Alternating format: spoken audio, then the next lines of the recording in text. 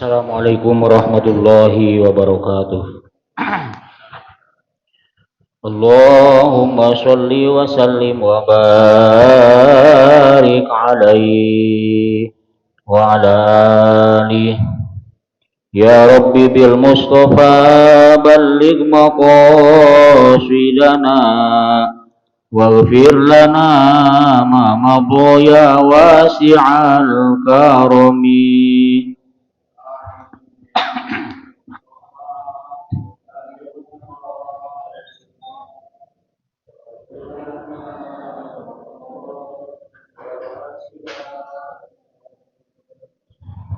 Muhammadun sayyidul kaunaini wasaqalaini wal fariqaini min urbi wa min ajami.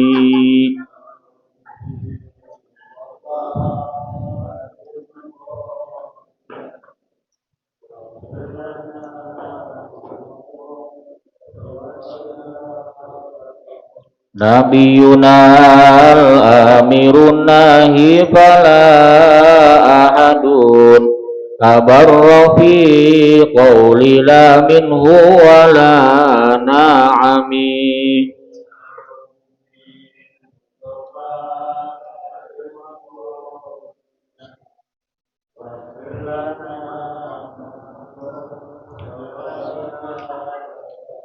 Huwal habibul ladzi turja syafa'atuhu likulli haulim minal ahwali muqtahimi.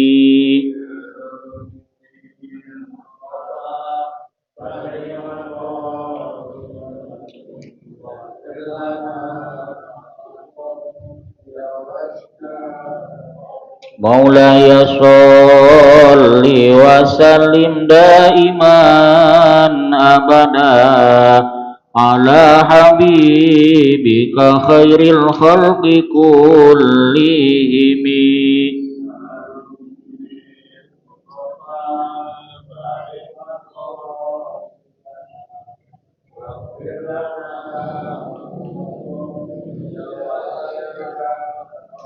Allahumma sholli wa sallim wa barik alaihi wa ala alihi.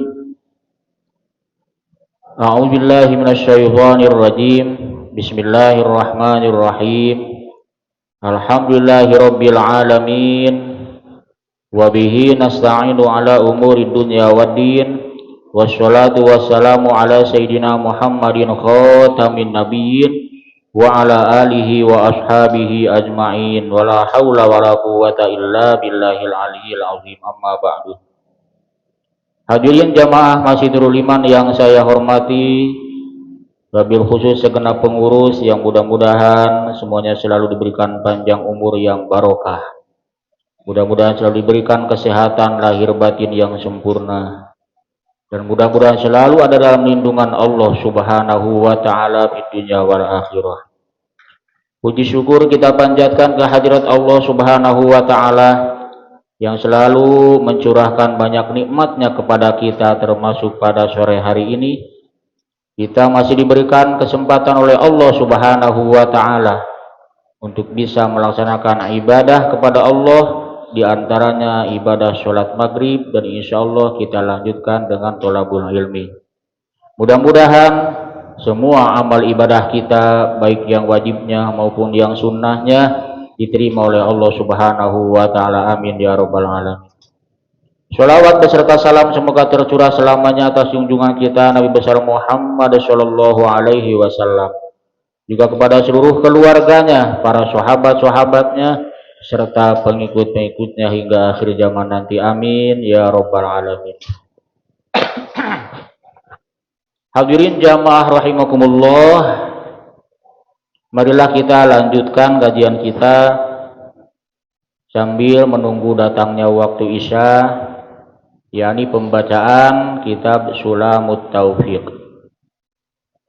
Pada pertemuan yang lalu kita sudah mengkaji diantaranya makna asyhadu alla ilaha illallah. Artinya syahadat yaitu asyhadu alla ilaha illallah. Qala al-musannifu rahimahullahu ta'ala wa nafa'ana bi ulumihi fi daraini amin.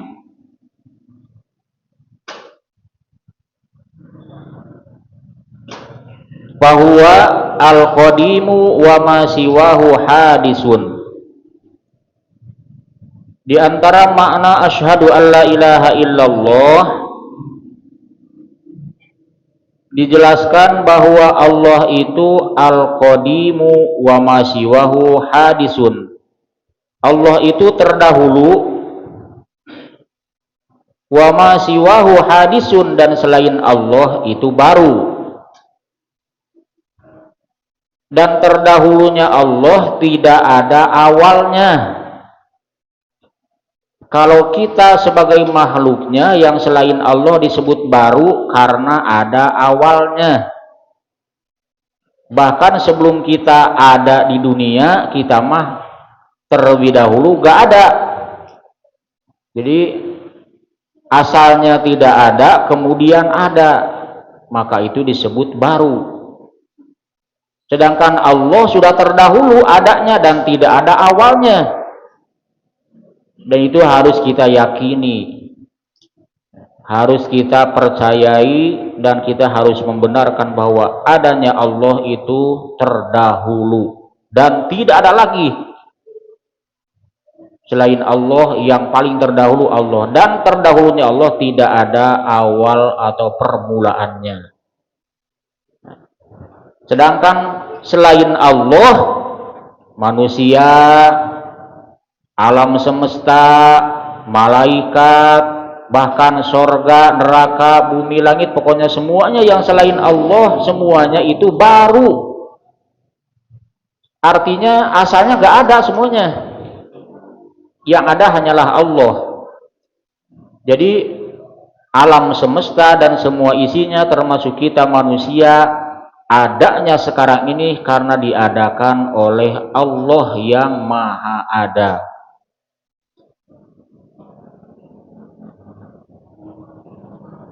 Langit ada karena diadakan oleh Allah, bumi ada karena diadakan oleh Allah. Asalnya semuanya gak ada.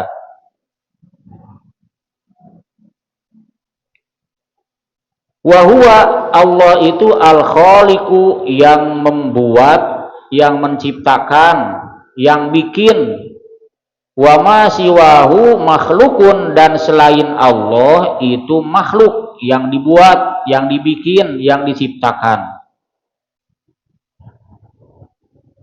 Kita ini ciptaan Allah, bikinan Allah. Semua selain Allah itu diciptakan oleh Allah. Oleh karena itu, karena semua diciptakan oleh Allah, itu derajatnya sama di hadapan Allah, itu makhluk. Kita makhluk Allah, malaikat makhluk Allah, ciptaan Allah. Makhluk artinya makhluk itu ciptaan atau diciptakan. Diciptakan oleh Allah. Binatang diciptakan oleh Allah, tumbuhan diciptakan oleh Allah, laut, bumi, langit, matahari, bulan, bintang diciptakan oleh Allah. Laki-laki, perempuan diciptakan oleh Allah, sama, gak ada bedanya. Di hadapan Allah sama. Kita dengan semut di hadapan Allah sama, sama-sama makhluk, sama-sama ciptaannya. Tapi tetap ada yang membedakan, ada khususiyah, ada keistimewaan. Di antaranya manusia itu kalau punya iman dan takwa kepada Allah, punya keistimewaan tersendiri. Berarti kalau gak ada khususiyah, gak ada keistimewaan, gak punya iman, gak bertakwa, maka akan sejajar dengan kambing, dengan binatang, dengan tumbuhan. Gak ada bedanya. Bisa jadi istimewa, bisa jadi mulia karena ada keimanan dan ketakwaan yang kokoh kepada Allah Subhanahu wa ta'ala. Jadi hakikatnya derajat kita dengan makhluk lain itu di hadapan Allah sama, yaitu sama-sama makhluknya, sama-sama ciptaannya. Allah sebagai makhluk, Allah sebagai khalik, kita sebagai makhluknya, maka semuanya ditanggung oleh Allah. Semua urusan makhluknya ditanggung oleh Allah. Dari mulai urusan bahagia, celaka, kalau manusia ada jodohnya, ada hidupnya, ada matinya, semuanya sudah ditentukan dan ditanggung oleh Allah. Bahkan rezekinya makhluk itu sudah ditanggung oleh Allah karena Allah yang menciptakannya. Coba kalau kita membayangkan Allah sebagai khalik, kemudian selain Allah sebagai makhluknya, maha luar biasa Allah. Menciptakan makhluknya segini banyaknya. Satu jenisnya saja kalau kita mau menghitung tidak akan mampu menghitungnya. Contoh, jenis semut saja. Semut bermacam-macam. Dan di mana-mana ada. Dan anehnya semut itu kalau kita ada sisa makanan, tahu-tahu datang aja. Pindahin itu sisa makanan, pokoknya ke tempat yang lain, datang lagi ke situ. Nah, itu Allah menciptakan semut dan segala sesuatunya. Penciumannya, pandangannya, kekuatan merayapnya, dan lain sebagainya.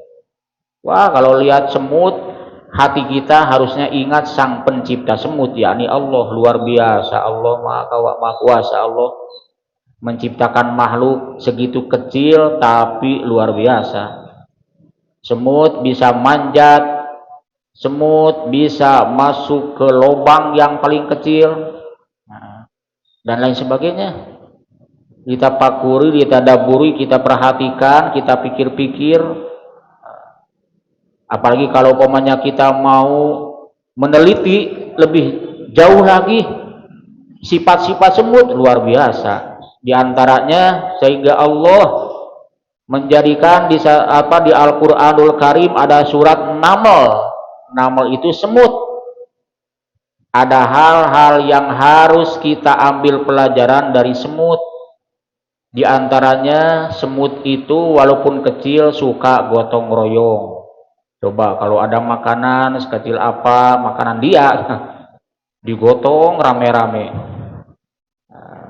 Ada hal yang harus diambil pelajaran buat kehidupan manusia. Suka bergotong royong, kerja bakti bahu membahu. Tetapi kadang-kadang juga ada jeleknya di semut. Kalau kita memperhatikan semut ketika temennya capek menggotong, yang lainnya ada yang naik di atasnya, numpang di atasnya, seolah-olah terbawa digotong oleh teman-temannya yang lain. Itu di manusia juga kadang ada yang begitu, yang susah-susah, yang capek-capek, yang enak-enak juga banyak. Di atas penderitaan orang lain, dia menikmati penderitaan orang lain, itu juga banyak. Itu sifat jeleknya yang tidak boleh ditiru oleh manusia. Jenis semut saja dari macam-macamnya banyak. Belum kita perhatikan pemanya makhluk Allah, ciptaan Allah, burung juga bermacam-macam. Belum ikan, dari jumlahnya di laut itu gak kira-kira. Tiap hari diambil oleh manusia, dipakai kebutuhan sehari-hari, dipakai kebutuhan makan manusia dan lain-lainnya. Itu ikan di laut gak habis-habis. Allah yang menciptakannya. Allah itu maha kuasa. Ketika Allah idza arada syai'an ayyaqula lahu kun fayakun. Allah menghendaki sesuatu, maka Allah bilang adalah sesuatu tersebut. Allah menciptakan ikan di laut, kata Allah kun, ada terus. Gak hilang-hilang, gak habis-habis. Ya. Kayaknya cepat habis umur manusia dibandingkan punahnya ikan di laut. Malah habis umur daripada ikan di laut habis.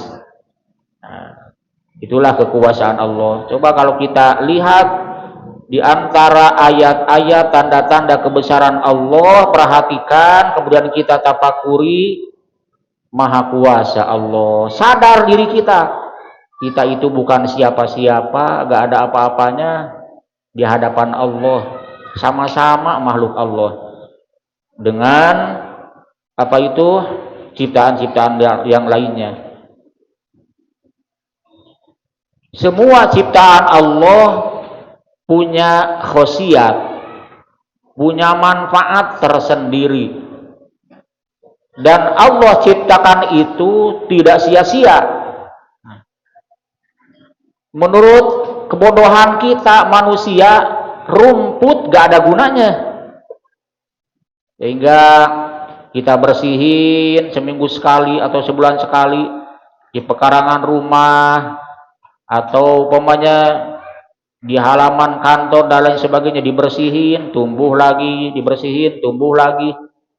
Secara pandangan bodoh kita sebagai manusia gak ada gunanya, padahal Allah yang menciptakannya. Semua yang diciptakan itu punya manfaat masing-masing, punya khasiat, punya khasiat, ada gunanya. Hanya kita kadang-kadang gak menyadari. Coba kalau kita lihat secara hakikat dalam kitab Tanbihul Qaul, apabila manusia hendak menuju tempat ngaji, tempat ibadah, mau menuju masjid, atau kita berangkat ke pengajian, semua tumbuhan yang kita lewati ketika kita mau berangkat ke tempat ngaji, ke pengajian, ke masjid, tumbuhan yang kita lewati, dedaunan yang kita lewati, semuanya mendoakan hamba Allah yang mau melaksanakan ibadah kepada Allah, terutama melaksanakan ibadah ngaji. Yang kita lewati itu daun-daun yang kita lewati, termasuk daun rumput, ternyata mendoakan kita. Cuman kita gak dengar. Hakikatnya itu kata Nabi, mereka mendoakan kita. Berarti ada manfaatnya. Makanya ketika kita bersihin, apakah itu dibabad atau dicabutin atau disiram pakai apa itu racun rumput, tumbuh lagi, tumbuh lagi. Padahal hakikatnya itu ternyata ada manfaatnya buat kita. Mereka doain kita. Sampai-sampai dalam sebuah kitab, Nabi Muhammad SAW ketika lewat ke satu pekuburan, berhenti, kemudian beliau berdoa di atas pekuburan tersebut. Setelah berdoa, mengambil pelepah korma yang masih basah, kemudian ditaruh di atas kuburan tersebut. Dan sahabat yang ikut bareng dengan Nabi bertanya kepada Nabi, ada apa gerangan ya Rasul kalau melakukan itu? Kata Nabi, aku melihat dan mendengar penghuni kubur ini lagi disiksa. Oleh karena itu aku berhenti mendoakan ahli kubur. Setelah berdoa, kemudian Nabi mengambil pelepah korma yang masih basah. Hikmahnya kata Nabi, selama pelepah korma masih basah, belum kering, Allah akan menurunkan rahmatnya kepada penghuni kubur ini. Itu hanya ditaruh, tapi tentu dengan doa Nabi. Sehingga kita disunahkan ketika ziarah kubur, setelah kita beres ziarah, mau pulang, maka disunahkan menaruh benda-benda basah seperti bunga atau dedaunan atau pelepah apa saja yang masih basah. Kemudian berdoa, Allahumma bihaqqi Muhammadin sallallahu alaihi wasallam la tu'adzib hadzal mayyit. Ya Allah, dengan keagungan Nabi Muhammad sallallahu alaihi wasallam, jangan kau siksa mayat ini. Itu doa ketika kita menaruh dedaunan atau bunga di atas pekuburan. Selama masih basah, Allah akan menurunkan rahmatnya kepada penghuni kubur atau kepada ahli kubur tersebut. Berarti itu hanya sekedar dedaunan atau kembang, ada manfaatnya. Sadar atau tidak, tahu atau tidak, semua yang diciptakan Allah itu ada manfaatnya, ada gunanya. Baik untuk kita sebagai manusia ataupun untuk makhluk-makhluk yang lain. Jangan dianggap ini gak ada gunanya. Sehingga di dalam Al-Quran Allah menyatakan dalam sebuah doa, Rabbana ma khalaqta hadza batila subhanaka faqina azabannar. Di ayat Al-Quran yang mengandung doa, dan itu kalimat dipakai doa ketika kita melihat langit. Apabila kita melihat langit, terutama di sore hari, melihat langit, menghadaplah ke kiblat, menghadap ke arah barat, kiblat kita ke arah barat. Kemudian memandang langit, membaca doa, Rabbana ma khalaqta hadza batila subhanaka faqina azabannar. Rabbana, ya Tuhan kami, ma khalaqta hadza batila, tidak kau ciptakan makhluk ini sia-sia, itu pasti ada gunanya. Subhanaka faqina azabannar, maha suci engkau, maka peliharalah kami, lindungi kami dari api neraka. Doa ketika melihat langit disunahkan menghadap ke kiblat. Setelah memandang langit menghadap kiblat, baca doa itu. Manfaatnya, hikmahnya, maka malaikat akan mencatat kebaikan untuk orang itu sampai para malaikat merasa lelah saking banyaknya kebaikan.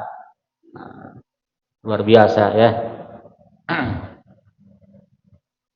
Yaitu ya, Allah sebagai Khaliq, selain Allah disebutnya makhluk. Dan semua makhluk atau ciptaan Allah, Allah ciptakan itu ada gunanya, baik untuk manusia ataupun makhluk yang lain.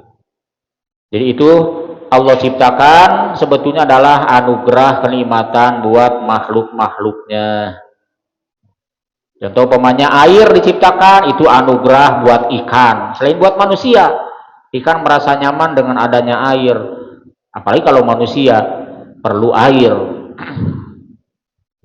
Jadi buat manusia ataupun buat makhluk yang lain, semua yang diciptakan oleh Allah ada gunanya. Al-Khaliqu wa masyiwahu makhlukun wa kalamuhu qadimun kasairi sifatihi. Wa kalamuhu, dan kalamnya Allah, firmannya Allah, kata-katanya Allah, qadimun, itu pun terdahulu, kasairu sifatihi, seperti sifat-sifat yang lainnya. Artinya kalamnya Allah, firmannya Allah, dawuhnya Allah itu sudah terdahulu. Lalu Al-Quran, kemudian Al-Quran itu diturunkan oleh malaikat Jibril kepada Nabi Muhammad, disebut wahyu, kemudian dicetak. Menurut sebagian kaul ulama, karena dia itu dicetak, ya yang namanya cetakan itu baru. Tapi tetap hakikatnya, kandungan daripada Al-Quran itu sendiri itu qadim, sudah terdahulu adanya. Bagi kita supaya lebih aman, Al-Quran juga hakikatnya itu terdahulu, sudah ada, dan adanya itu tidak diketahui awalnya, karena itu adalah kalam Allah, nisbat kepada yang mengatakannya, yakni Allah Subhanahu wa ta'ala.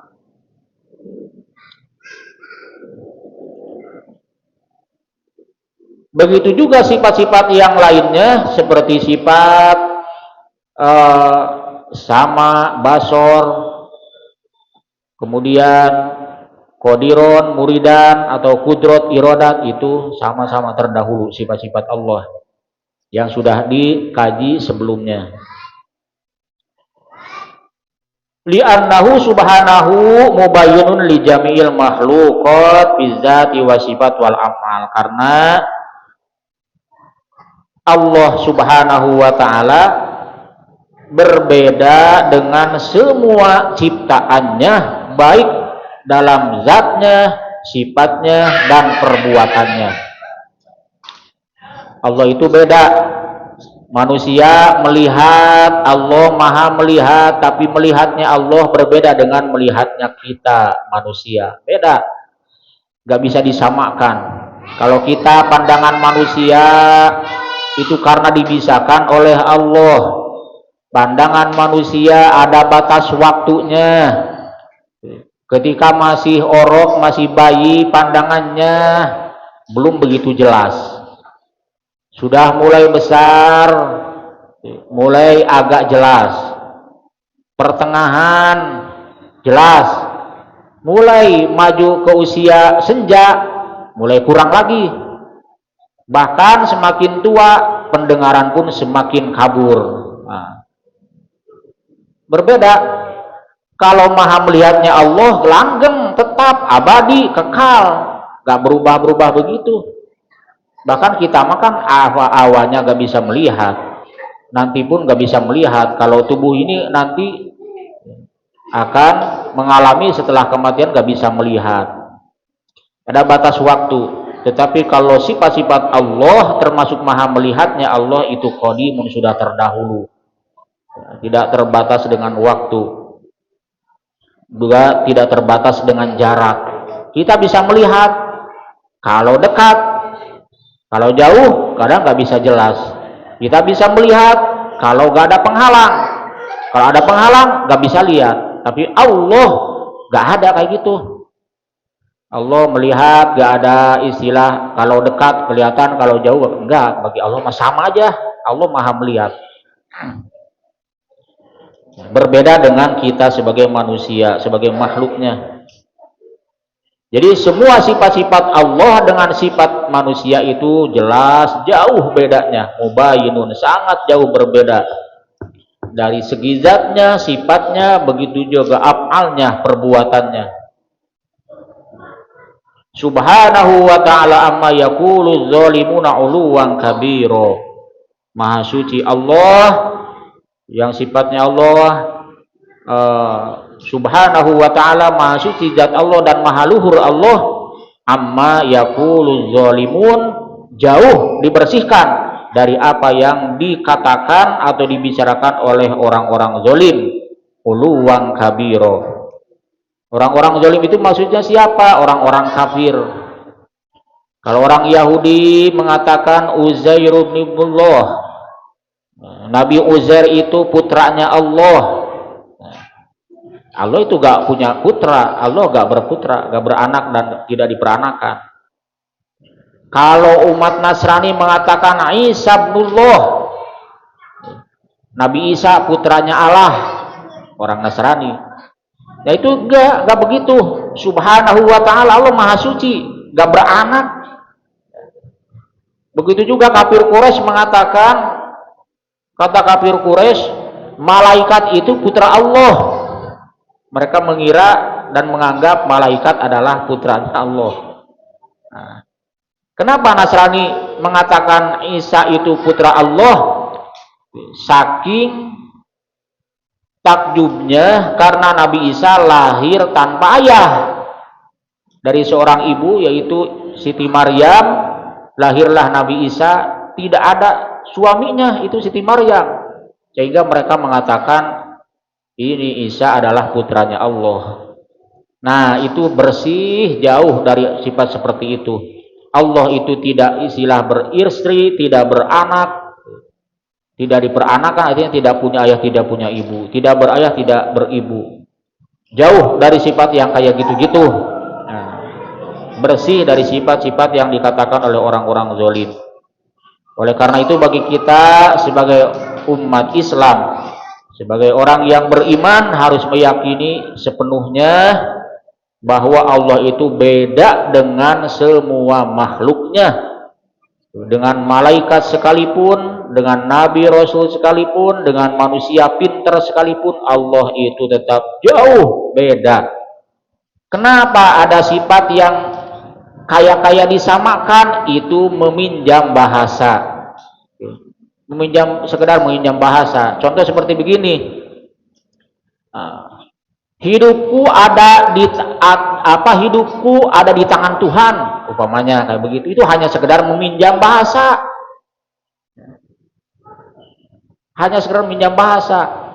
saking Allah maha kuasanya mengatur segala urusan kita. Bukan sebenar-benarnya kita ada di tangannya, enggak. Bukan sebenar-benarnya kehidupan kita ada di tangannya, enggak. Allah enggak bertangan. Jangan kemudian dihayati Allah bertangan. Ketika ada kalimat umpamanya hidupku ada di tangan Tuhan, bukan artinya Allah bertangan seperti tangannya manusia, enggak. Itu ada makna yang tersembunyi. Hakikatnya urusan kehidupan kita manusia itu diurus oleh Allah. Dan itu hanya sekedar meminjam bahasa saja. Jangan sampai tembus ke hati diyakini Allah bertangan seperti tangannya manusia. Pokoknya Allah beda lah. Dari Al-Quranul Karim, Allah sudah berfirman, walam yakullahu kufuwan ahad. Tidak ada yang serupa dengan Allah satupun. Dari sini kita mengkaji terlebih dahulu makna syahadat asyhadu alla ilaha illallah yang berkaitan dengan sifat-sifat Allah, di mana sifat Allah itu Allah yang maha menciptakan, kita yang diciptakan. Allah maha terdahulu, kita itu sifatnya baru. Gak ada yang kekal kalau yang baru, gak ada yang kekal. Setiap yang baru itu pasti gak ada kekal. Walaupun kita punya beli mobil baru, lama-lama pasti ada bedanya. Beli motor baru, kalimat-kalimat baru gak kekal, pasti mengalami rusak, pasti mengalami perubahan. Semua makhluk Allah itu sifatnya baru, artinya gak ada yang kekal, pasti mengalami perubahan. Termasuk dunia ini tidak akan selamanya ada, pasti mengalami musnah atau dimusnahkan oleh Allah Subhanahu wa Ta'ala. Itulah diantaranya sifat-sifat Allah. Mari kita coba baca bareng-bareng nazom sifat 20-nya, dengan harapan kita mendapatkan keberkahan dalam kehidupan kita, keberkahan dalam ilmu kita, keberkahan dalam keyakinan dan keimanan kita, supaya dikuatkan oleh Allah Subhanahu wa Ta'ala sampai iman dan Islam yang sudah kita dapatkan atau diberikan oleh Allah terbawa sampai mati. Allahu wujud kidam baqa mukhalafatul lil hawadisi